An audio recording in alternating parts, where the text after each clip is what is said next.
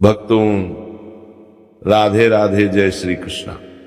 भक्तों, आप सभी लोग जानते हैं कि 9 जनवरी 2026 यानी शुक्रवार को पड़ रही है माघ महीने की सप्तमी तिथि, जो बहुत ही खास है। और भक्तों, ये वह तिथि है जो माघ मास में पड़ने वाली सबसे बड़ी तिथि है, क्योंकि ये शुक्रवार के दिन पड़ रही है और इसका बहुत ही बड़ा और विशेष महत्व होता है। पूज्य पंडितों और गुरुओं ने कहा है कि अगर कभी भी मौका लग जाए और माघ महीने की सप्तमी तिथि शुक्रवार को पड़ जाए तो आप लोगों को 2 लौंग का उपाय तो अवश्य ही करना चाहिए। इन दोनों का संयोग बहुत ही कम आता है। इसी के साथ में पंडितों और गुरुओं ने अपनी शिव पुराण कथा में बताया है कि इस दिन आपको 2 लौंग का उपाय तो आपको अवश्य ही करना चाहिए, क्योंकि ऐसा दिन पूरे साल में सिर्फ एक ही बार आता है। और भक्तों, आप सभी लोग जानते हो कि शुक्रवार सप्तमी का अगर सबसे बड़ा कोई उपाय है तो वह 2 लौंग वाला उपाय है। तो भक्तों, इस शुक्रवार के दिन आप लोगों को इस 2 लौंग वाले उपाय को जरूर करना है। बहुत सारे लोग होंगे जिन लोगों ने इस उपाय को ना किया हो, मतलब पूरा साल निकल गया, उन्होंने किसी भी दिन इस लौंग वाले उपाय को ना किया हो। पर भक्तों, आपके पास एक आखिरी मौका बचा हुआ जो कि 9 जनवरी के दिन है। तो इस दिन आप लोगों को इस वाले उपाय को जरूर कर लेना है। भले ही आपने पूरे महीने भर इस उपाय को ना किया हो, पर अगर आपने इस माघ महीने की सप्तमी तिथि के दिन अगर इस वाले उपाय को कर लिया तो आपको इस उपाय को करने का वह फल मिलेगा जिसकी आपने कभी कल्पना भी नहीं करी होगी। इसीलिए आप लोग इस वाले उपाय को एक बार जरूर कर लेना है, ताकि आप लोगों के हाथ से यह मौका ना जा सके और आपको इस उपाय को करने का फल मिल सके। भक्तों, ये उपाय पंडित जी ने अपनी अभी की ही श्री शिव महापुराण की कथा में बताया है, जिस उपाय को आज हम आपको बहुत अच्छे से समझाने वाले हैं। इस वीडियो को देखने के बाद इस उपाय को समझने के लिए आपको कोई और वीडियो को देखने की जरूरत नहीं पड़ेगी। तो चलिए भक्तों, उपाय को शुरू करते हैं। देखिए, ये इस माघ महीने के शुक्रवार सप्तमी के दिन ये इतना खास होता है, इतना महत्वपूर्ण होता है। देखा गया है कभी कभी बड़े बड़े पूजा पाठ अनुष्ठान से जो मनोकामना पूर्ण नहीं होते, माघ महीने के शुक्रवार के दिन एक छोटे से उपाय करने से ही आपकी मनोकामना पूर्ण हो जाती है। और बहुत सारे लोगों ने इस उपाय को किया भी है और उनको इस उपाय को करने का फल भी जरूर मिला है। अगर आप लोग भी इस उपाय को करना चाहते हैं तो आप इस उपाय को पहले अच्छे से समझ लेना, सुन लेना, उसके बाद करना। आपको इस उपाय का फल जरूर मिलेगा। और इस उपाय को कर लेने से आपके घर में चाहे किसी भी प्रकार की दुख और समस्या क्यों ना चल रही हो, आपको उसका कारण भी नहीं पता है कि भाई ये समस्या किस कारण से चल रही है। उसका कुछ भी कारण हो सकता है, जैसे पितृदोष हो सकता है या किसी भी तरह का मंगल दोष भी हो सकता है। तो इस दिन आप लोगों को ये वाला उपाय कर लेना है। ये एक ऐसा उपाय है जिस उपाय को अगर किसी विशेष दिन पर किया जाए तो भाई उस विशेष दिन का जो है वह तो हमें मिलता ही मिलता है।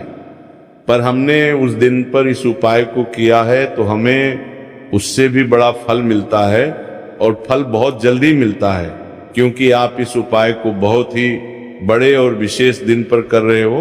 तो चलिए अब उपाय के बारे में बात करते हैं। लेकिन उससे पहले आप लोगों को ये जानना आवश्यक है कि आखिर ये उपाय किस समय करना है, किसको करना है और कैसे करना है। तो चलिए हम आगे आपको वीडियो में एक एक करके बता देते हैं। लेकिन उससे पहले अगर आप लोग हमारे चैनल पर पहली बार आए हैं या फिर मेरी आवाज आज पहली बार सुन रहे हैं तो हमारे चैनल को सब्सक्राइब जरूर कर लेना, और इस वीडियो को लाइक करके कमेंट बॉक्स में श्री शिवाय नमस्तुभ्यम ओम नमः शिवाय जरूर टाइप कर देना। तो भक्तों, इस 2 लौंग वाले उपाय को हमें इस शुक्रवार सप्तमी के दिन कैसे करना है, किसको करना है, किस समय करना है और कहां पर करना है, ये सारे सवालों के जवाब आपको इस वीडियो में मिल जाएंगे। और जो ये वीडियो देखेगा भाई, उसको 2 लौंग वाला उपाय जरूर करना चाहिए। क्योंकि इस दिन लौंग का भी बहुत ही बड़ा और विशेष महत्व होता है। और जब बात आ जाए 2 लौंग की तो ये सोने सुहागा वाली बात हो जाती है और ये एक बहुत ही बड़ा उपाय हो जाता है इस शुक्रवार सप्तमी तिथि का। तो अब भक्तों, इस 2 लौंग वाले उपाय को आखिर करना किसको है, सबसे पहले हम लोग वो बात जान लेते हैं। तो देखो, घर की जो बड़ी माताएं बहनें होती हैं, उन माताओं बहनों में से कोई भी एक बड़ी माता बहन इस वाले उपाय को कर सकती है। और भक्तों, अगर आप चाहे तो अपने घर में से सभी सदस्यों को भी इस उपाय को करवा सकती है। अगर किसी व्यक्ति की खुद की कोई मनोकामना है, खुद को की कोई दुख और परेशानी है जो कि वो अपने लिए ही करना चाहता है, इस वाले उपाय को तो वो खुद अपने लिए भी कर सकता है।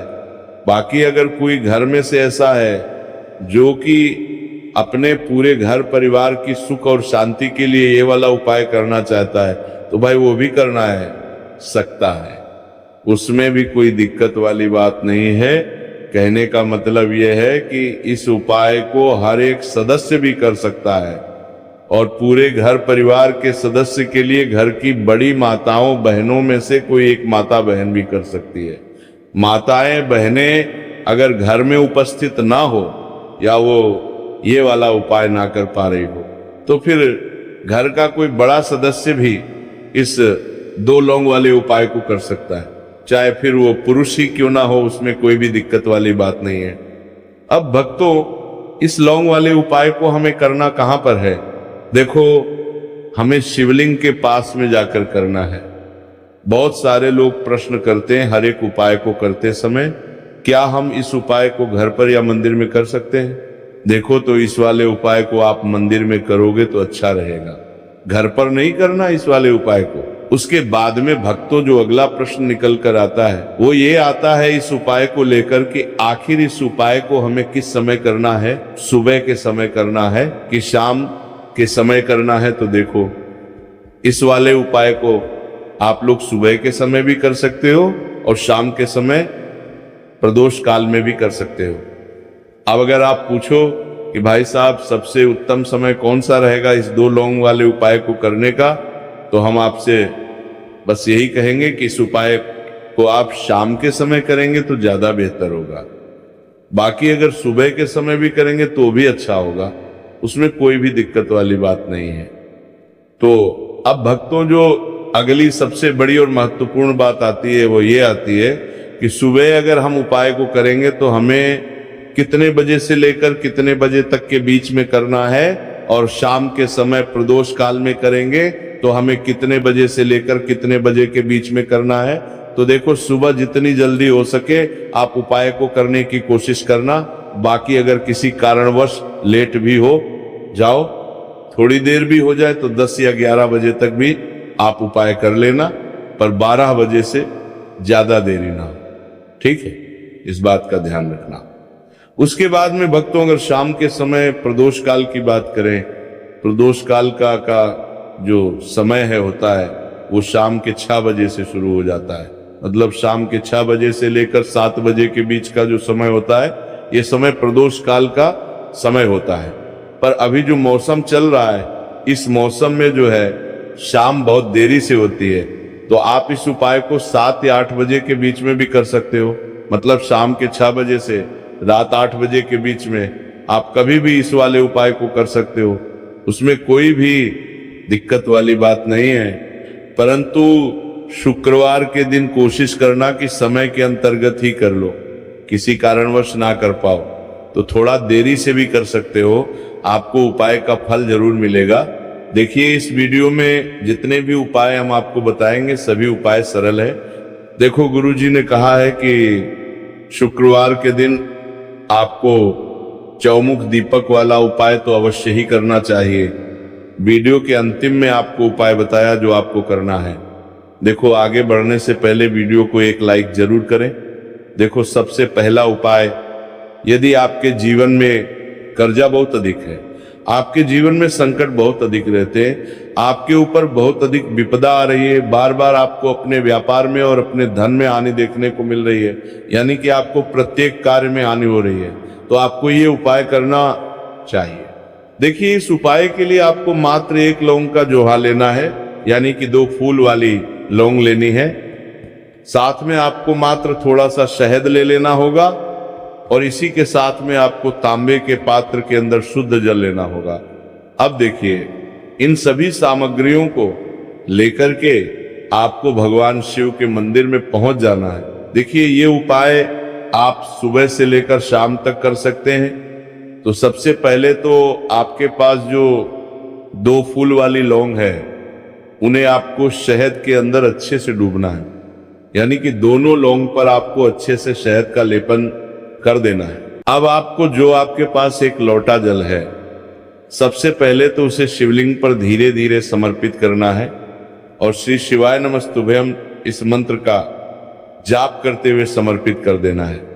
अब आपके पास जो 2 फूल वाली लौंग है शहद से, उसे आपको शिवलिंग पर अर्पित करना है और आपको प्रार्थना करनी है कि जीवन में जो रोग की स्थिति है वो समाप्त हो, जीवन के जो संकट और समस्याएं हैं वो सभी समाप्त हो, जीवन से जो कर्ज की समस्या है वो समाप्त हो। इस प्रकार से प्रार्थना करते हुए ये जो 2 फूल वाली लौंग ही शहद संयुक्त, इससे आपको शिवलिंग पर अर्पित कर देनी है।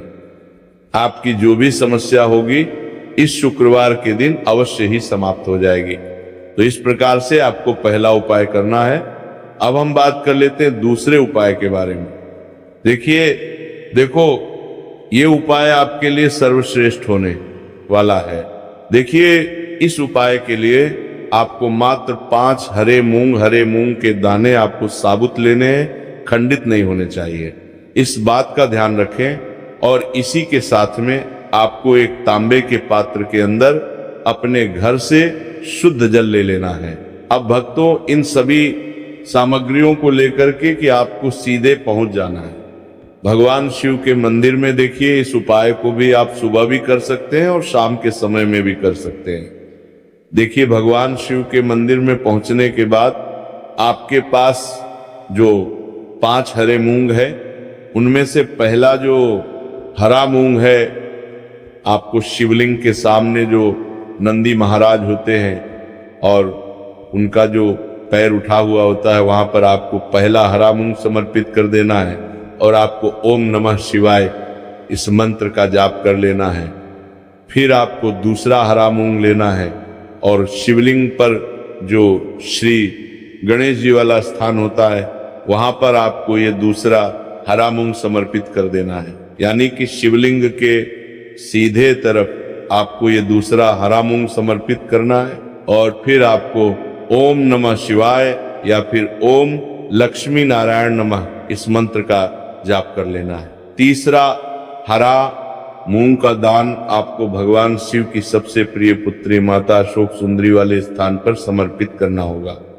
शिवलिंग की जो जलाधारी होती है, जहां से जल बह के आता है, उसी जलाधारी के बीच में जो कहीं ना कहीं उठी वही लाइन होती है सांप की आकृति के रूप में, वहीं पर आपको तीसरा हरा मूंग समर्पित करना है और फिर आपको ओम नमः शिवाय इस मंत्र का जाप कर लेना है।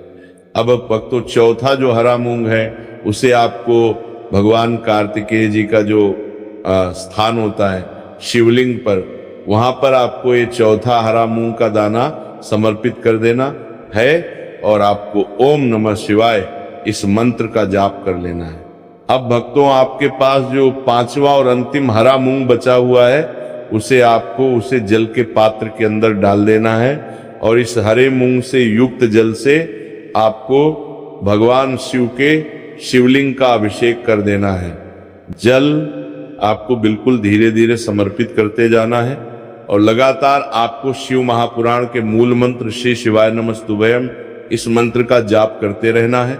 फिर आपको शिवलिंग के सामने बैठकर, यदि आप अपने बच्चों के लिए ये उपाय कर रहे हैं, यदि आप अपने बच्चों के लिए नमदार ये उपाय कर रहे हैं, यदि आप अपने बच्चों के लिए कि बुद्धि ज्ञान और विवेक के लिए उपाय कर रहे हैं, तो उसके लिए आपको प्रार्थना कर लेनी है। या फिर व्यापार में वृद्धि करने के लिए उपाय कर रहे हैं तो उसकी कामना करते हुए आपको प्रार्थना कर लेनी है, या फिर अपनी नौकरी के लिए कर रहे हैं, या फिर अपने इंटरव्यू के लिए, या फिर धन की प्राप्ति के लिए कर रहे हैं। जिस भी कामना के लिए आप उपाय कर रहे हैं उसे परिपूर्ण करने के लिए आपको महादेव से प्रार्थना कर लेनी है और फिर आपको वापस अपने घर आ जाना है। पूज्य गुरु जी ने कहा है कि जो भी व्यक्ति इस उपाय को कर लेता है तो यकीन मानिए आपके जीवन की जो सारे संकट, कष्ट और बाधाएं हैं वह सभी समाप्त होंगे। अब हम बात करते हैं अगले उपाय की। इस उपाय के लिए